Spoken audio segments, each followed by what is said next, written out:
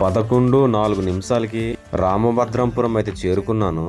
ఇదే అన్నమాట రామభద్రంపురం స్టేషన్. చూడండి, చిన్న స్టేషన్ అయినా సరే జనాలు మాత్రం మామూలుగా లేరు.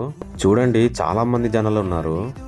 చూడండి, విశాఖపట్నం బస్సు వస్తే ఎక్కడానికి ఎలా కుమ్ముకుంటున్నారో చూడండి రామభద్రంపురం అయితే. ఇకపోతే విజయనగరం అయితే ఎంటర్ అయ్యాను. 12-15 విజయనగరం అయితే ఎంటర్ అయ్యాను. విజయనగరం బస్ స్టేషన్ అయితే పెద్దదే అన్నమాట. జనాలు కూడా పికపికలాడుతుండ్రు. ఒకప్పుడు మాకు జిల్లాగా ఉండేది, ఇప్పుడైతే మనకు పార్వతీపురం మన్యం జిల్లా అయింది. చూడండి, చాలా బస్సులు అయితే ఉన్నాయి. ఇకపోతే విజయనగరంలో ఉన్నవారు, సాలూరు నుంచి విజయనగరం వచ్చిన వాళ్ళు బస్సు అయితే దిగుతున్నారు. చూడండి, ఇక బస్సు అయితే విజయనగరం నుంచి బయలుదేరింది అన్నమాట. విజయనగరంలోనైతే జనాలు మామూలుగా లేరు మావా.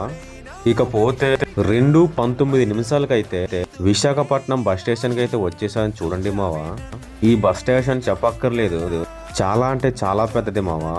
ఇలా చూడండి, బస్సులు అయితే ఎలా ఉన్నాయి, జనాలు కూడా అంతే ఉన్నారు మావా. ఇక బస్ అయితే చూడండి నా వైపే వస్తుంది. నేనైతే ఇంకా లేట్ చేయకుండా నేనైతే వెళ్తున్నాను. దీన్నే ద్వారకా నగర్ బస్ స్టేషన్ అంటారు. ఇలాంటి మరిన్ని వీడియోస్ కోసం సబ్స్క్రైబ్ చేయ మావా.